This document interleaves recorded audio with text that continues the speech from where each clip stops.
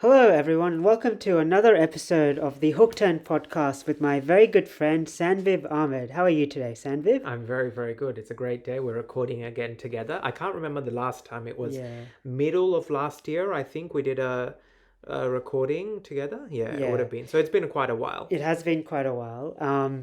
And it's interesting because we're in Sydney, so we're recording on the same device, so hopefully the audio quality will be a little bit more consistent this episode. Before we start, we do have to provide a little bit of an update on one of the topics that we touched on. I think was it last week or a few Yeah, weeks yeah, ago? something like that. Yeah. Something, yeah, and that was um, the cheap urban EVs. So we were talking about two models, which were the GAC Ion UT, so AION Yeah. UT, and the And MG4 urban, Urban. Is it EV Urban or something like that. Yeah. Urban EV? So anyway, what's interesting is that some of the first reviews of the GAC Ion UT have come out. And Sam, would you like to provide a bit of an overview of what some of these reviews have said? Well, look, I will say that it still doesn't. Knock the fact that it is on paper a great Yeah. value car. And some of the issues could be resolved with software updates. Hmm. So, but yes, it is pretty clear that your the safety systems of the car are not very well thought out. Yeah. I suspect in terms of driving dynamics, car reviews pick it up more than regular people will. I suspect regular people won't, but yes, the safety systems absolutely will be a pain for very many people. Yeah. Like I said, it just depends. Maybe what they'll end up doing is with software updates, it will be a decent car over time. And Yeah. certainly it's why that for a car like that, it's important that you go for a test drive to see if you can tolerate those safety systems. Some people might be able to tolerate it. Who knows? Some people would be fine with it. Some people might have the technical ability to, before every time they start the car, to turn off those safety features before they start driving. So it is possible to live with it, and it doesn't invalidate everything good that we said about Yeah. the car. On paper, it's still an amazing value for money. Yeah. So it's certainly like, I doubt anyone who's going to buy that car would be like, I'm disappointed by this car. Yeah. But yes, it's not a perfect car. Yeah. And I did read the initial review that Car Expert did, and they also commented that I think the air conditioning system wasn't very good, and that's actually probably more of a problem than the safety systems, especially in summer heat in Sydney or in Brisbane, or in some of the warmer states in Australia. I think fundamentally you need to have a very good air conditioning system in a car. That's actually probably a more significant problem that you can't fix through software updates. And they're also saying that the tires weren't very good, so they're using Those can be swapped. yeah, those can be swapped, but the air conditioning system probably cannot be swapped. So I think my recommendation has probably changed if you're tossing up between the MG4 or the GAC. Having said that, we haven't seen the first drive reviews of the MG4 Urban EV in Australia, but just noting the fact that MG is a more established Chinese brand in Australia. Like, they have much more extensive dealership network despite their problems. I think I would probably go with maybe look at the MG more seriously. Especially, I think the MG4 EV Urban also has physical controls, which I think are very important, rather than having everything on the touchscreen. Okay, with that note, we might get started on the three topics for this week's podcast. So, firstly, we'll talk about a storied British brand which has completed or is undertaking a joint venture with a very up and coming Chinese brand. I don't think it's up and coming anymore. No? No, Okay. Chery's Yeah. not up and coming. Okay. Maybe not up and coming anymore, but reasonably established Chinese brand. Then we're going to talk about Lucid, which is an American EV brand that is trying to crack the UK market with some right-hand drive vehicles, and we presume if we can crack the UK market, it'll also be coming to Australia. And then thirdly, we'll be talking about the Hyundai Boulder, which is a new concept body-on-frame SUV, basically designed to take on models like the Jeep Wrangler and the Ford Bronco in the US. And we'll see maybe if it ever comes to Australia as well.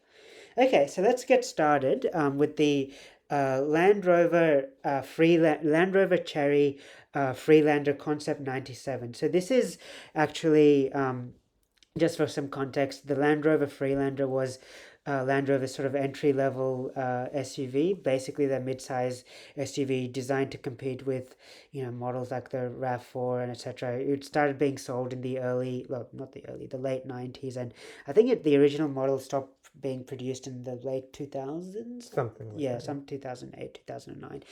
But what has happened now is that Land Rover has a joint venture with Chery, which is a Chinese brand that's very popular in Australia at the moment, and they've broken out Freelander not into as a model but into its own brand. So this is going to be Freelander itself is going to be a brand, and it's going to be a plug-in hybrid and or electric SUV based on a Chery platform, built in China, designed in China, but potentially exported all around the world. So they've shown off the first sort of concept images of this car. And Sam, what are your initial thoughts on the design? The design looks good. I would have to see it in person to see what the actual dimensions are like in person, but it's like got that retro futuristic sort of design, which is nice. It's not going to really stand out on the road, I will say. It's not that sort of eye-catching, but certainly is not an unpleasant looking car.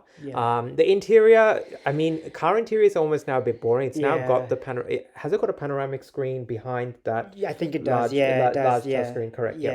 So again, it's like a BMW iX3 type thing. Exactly. So kind of screen stretching along the base of the So basically, I think with especially modern day Chinese cars, it's pretty clear that the interior, nothing's going to be like wow, because fundamentally they're all going to be based on having how many screens as possible, and really the novelty comes from how many buttons they'll almost have. So the more interesting thing is that it's a Land Rover Chery joint venture, but really it's a Chery car. It's basically a Chery car which looks like a Land Rover. So all they've basically done is basically been like, it's a Chery car. We're just going to take the design elements from Jaguar Land Rover.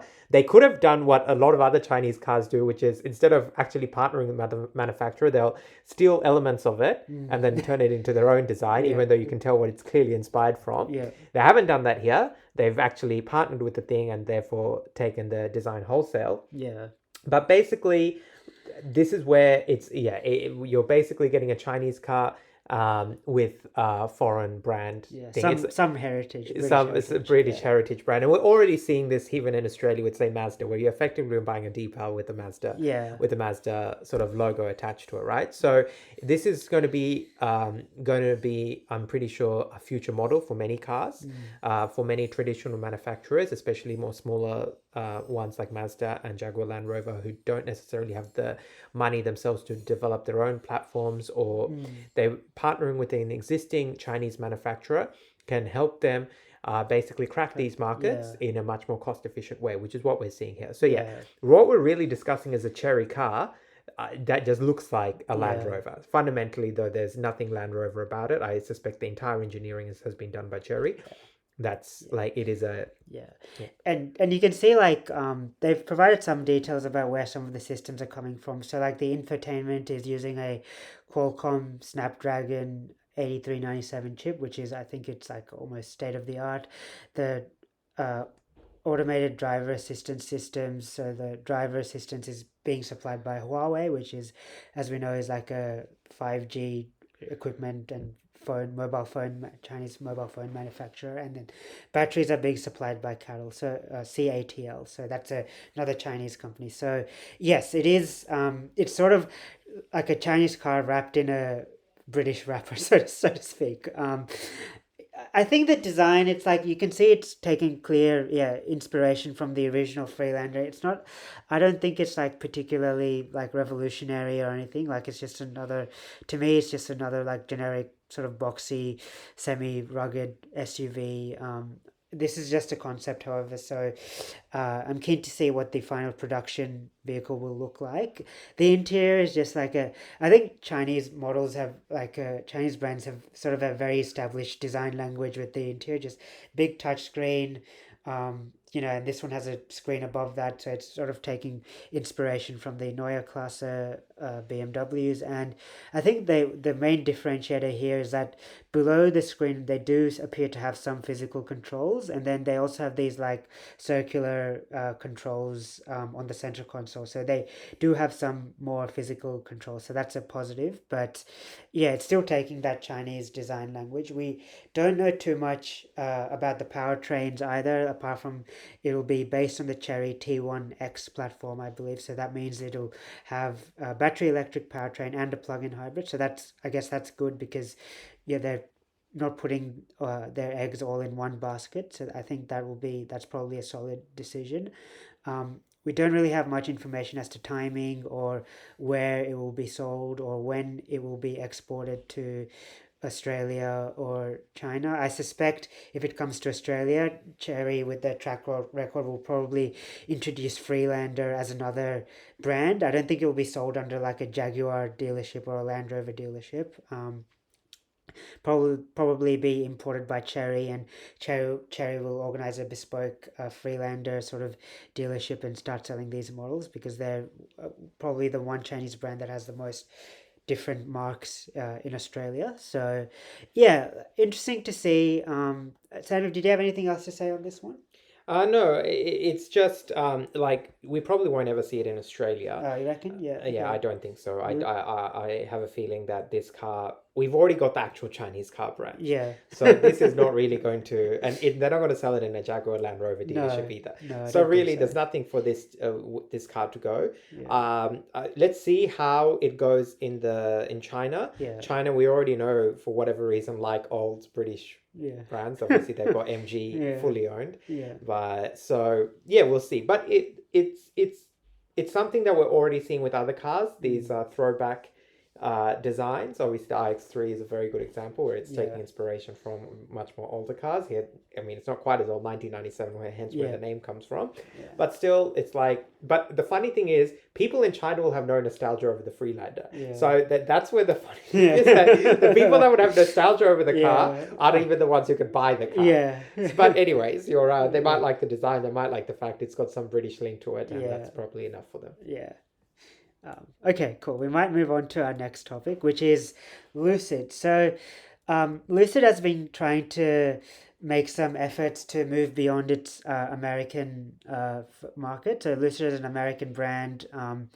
It has been selling two models in the US designed to compete directly with Tesla. So, we have the Lucid Air, which is their version of the Tesla Model S, and then the Lucid Gravity, which is their larger SUV, sort of designed to compete with the Model X, which is no longer being made. Well, neither is the Model S, but they've recently started exporting these models to continental Europe, which is another left-hand drive market.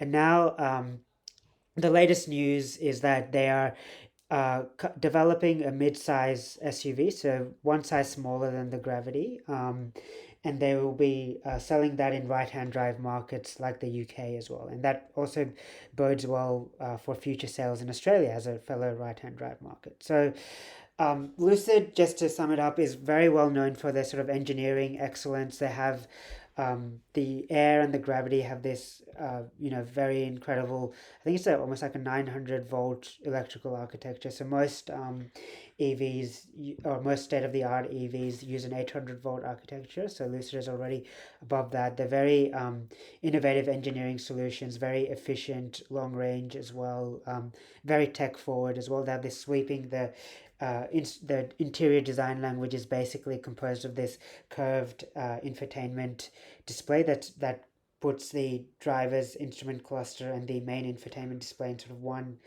curved panel, and then there's like a separate touchscreen below which controls a lot of the air conditioning and the other vehicle functions. But they also have their problems. They're not very. They've been having lots of reliability issues. They've been having a lot of like quality and teething problems as well, so they're not the most reliable brand. They have received some investment from, of all places, Saudi Arabia, Yes. so the public investment fund. So MBS Mohammed bin Salman has been investing in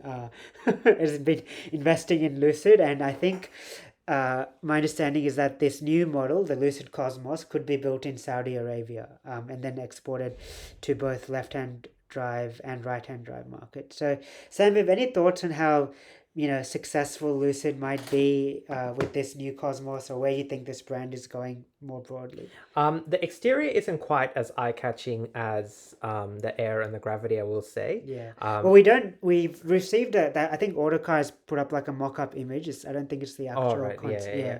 not the full production. But I version suspect, yet. regardless, it probably won't look quite as Yeah. eye-catching. But still, Lucid, among car enthusiasts, has a lot of fame. Obviously, in America, it's quite popular among people who are wealthy enough to be able to be in the market for a very premium EV. Yeah. As you mentioned, it's quite exciting that they're going to do it in right-hand drive, because obviously there is a chance he'll come to Australia. If it comes to Australia, it'll be like 6 figures even for the Cosmos, I suspect. Yes. Now, again, it goes back to what is the market for premium premium EVs like? Because ultimately, yes, it's more mainstream maybe than the Air and the Gravity, but it's still going to be reasonably pricey.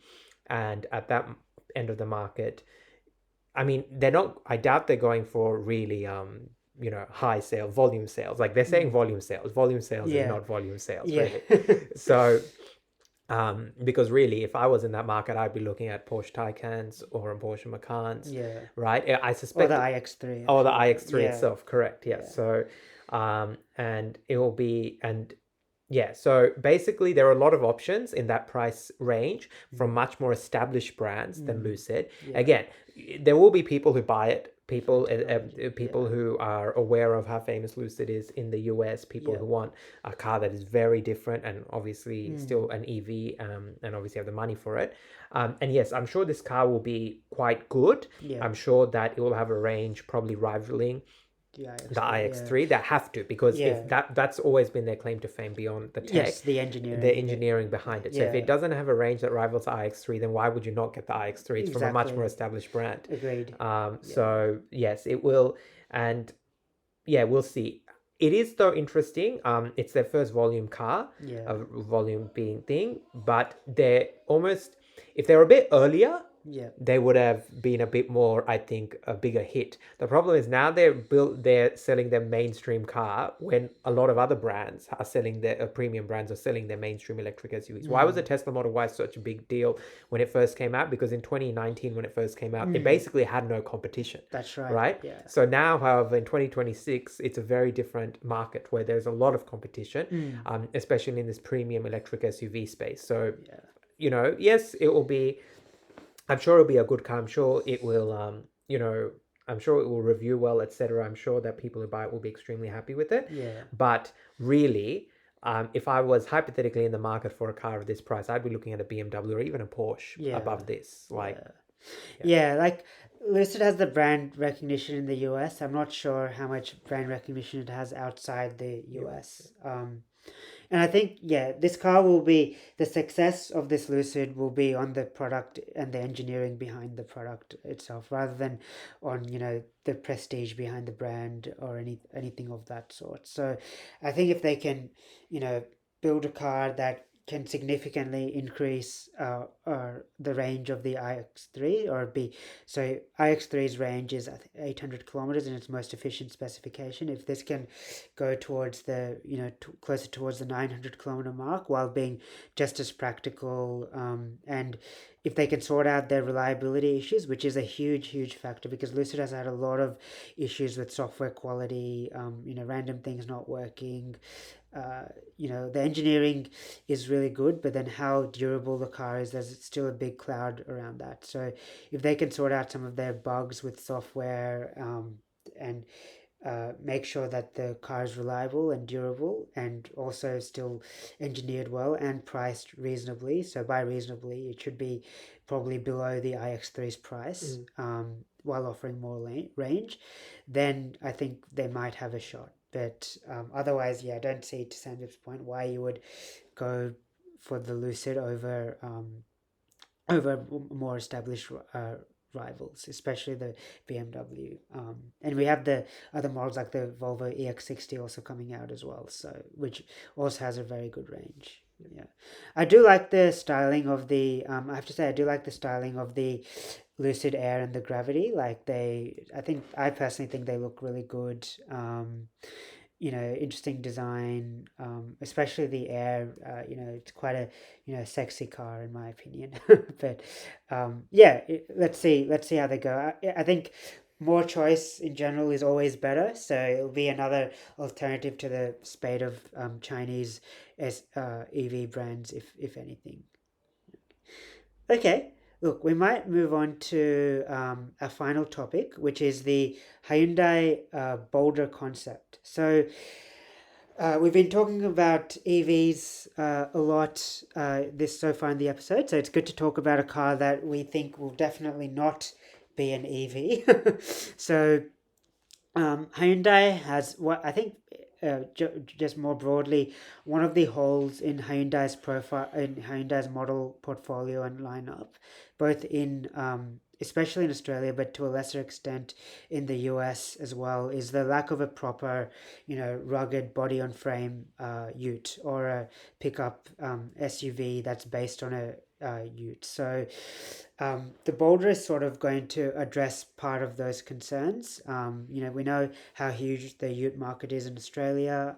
It's huge in the US as well. You have models like the Tundra, Ford F-150 in the US. So the platform that will be based on. So Hyundai is building an all-new ladder frame body on frame platform that's designed to take a beating, that's suitable for heavy duty off-roading, and this was going to be one model that's based on that. So it's called the Boulder, designed to compete directly with models like the Ford Bronco, Jeep Wrangler, Toyota LandCruiser, especially the new LandCruiser Prado that's come out. Those sorts of more rugged, focused vehicles.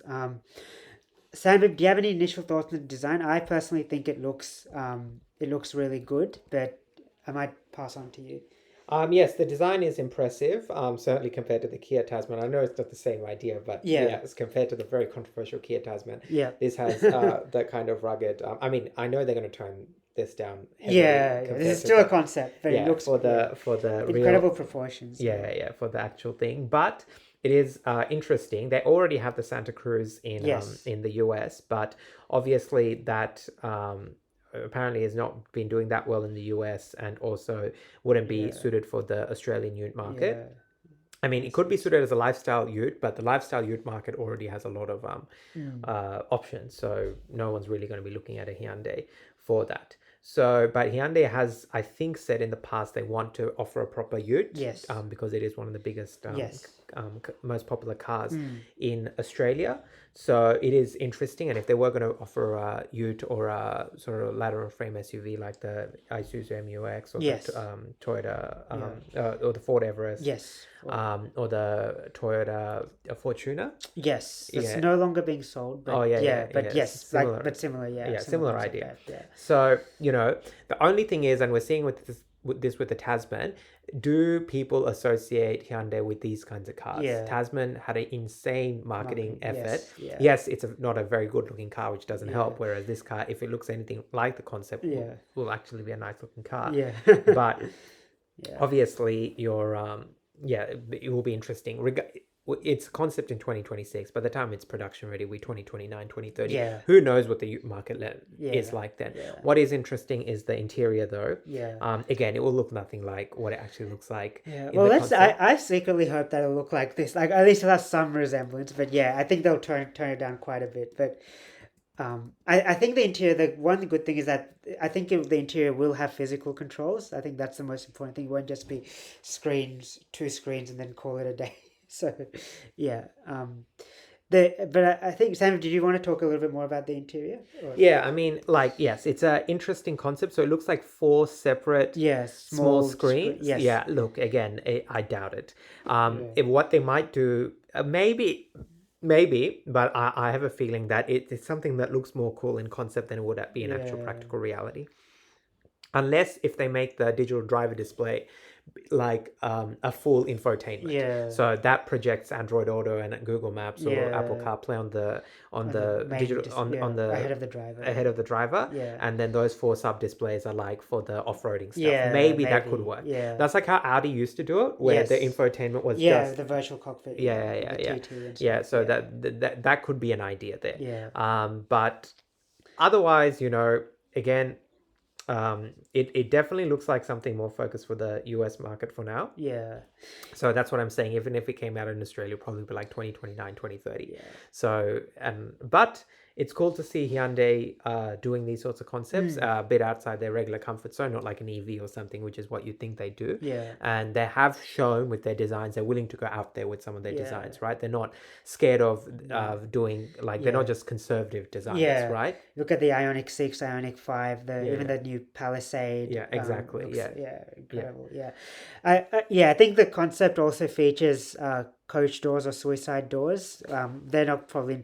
I'll be extremely surprised if that makes it into production. But I think the overall shape, they'll tone it down. They'll likely to tone down some of the fender flares and like make it a little bit less narrow and interior. Let's see if you look at the steering wheel, it has these like almost like Rivian style physical like rings that are, I'm not even sure how they look like they're floating in the steering wheel spokes. So I don't know how realistic that is for production. Probably not very realistic, if I'm being honest. But I do hope they keep the fundamental philosophy of having physical controls in some shape or form, rather than just go with the Chinese approach of just have one huge display and then call it a day. Because if you're developing this full size or off-road focused vehicle, you want the controls to be operated when you're wearing gloves and things like that. So I think that's why they've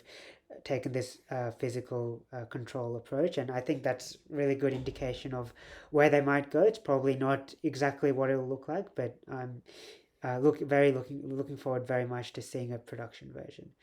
I think the other thing to note as well is from Hyundai's sibling brand, and we touched on this in a previous episode.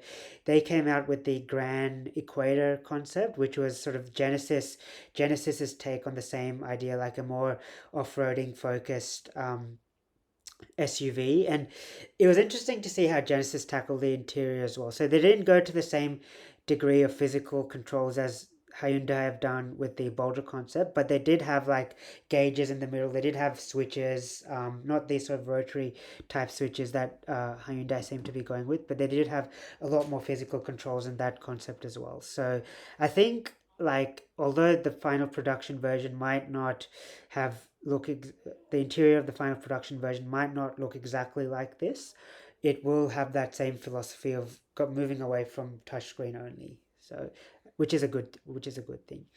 I think in terms of powertrains, we don't have too much information with the powertrains. It's probably going to be a hybrid. Maybe, I think I was reading they're looking at maybe a 2.5 liter turbo hybrid, potentially have a range extender or electrified variants. I don't think it'll have a full battery electric powertrain because it's not based on an EV platform like the eGMP platform that the Ioniq models are based on. So we're expecting it to have real towing capacity, real off-road hardware, so front and rear locking differentials and those sorts of things. Sanvib, any other? What do you think? Where do you think this will be priced if it's sold? It will have to be priced in line with its competitors, so maybe Yeah. 50-ish for the base, 60 to 70 for more top spec models. Anything more than that, no one's going to even look at it. Yeah. And that seems like a bit of a fair price. Again, we've got Chinese competitors already now in this space. Yeah, Who knows the GWM tank, right? Yeah, exactly. Who knows where the Chinese rivals will be in 2029 or Yeah. 2030 when this feasibly goes out. I think with inflation, if this is comes on sale in 5 years' time, I personally think it will be difficult to see this starting below like 75k. Yeah, But, maybe actually. yeah, Right. so I think 50 to 60k is a little bit too optimistic with the pricing, but I think base maybe 75, 80k. I mean, it is a Hyundai, it's not a premium mark, so to speak. So yeah, 75, 80k base, and then going up from there is probably where I see this model starting at. Yeah. Okay, Sammy, did you have any final comments on the Hyundai Boulder? No. No? Okay. All right, look, we might pause it there for this week's episode of the Hook Turn podcast. Thank you very much for listening to us. Please remember to like and subscribe. We're on all the major platforms, so Spotify, Apple Podcasts, Overcast, iHeartRadio, for those of you who are listening on that platform. And yeah, we'll look forward to talking to you next week. Thanks so much. Bye.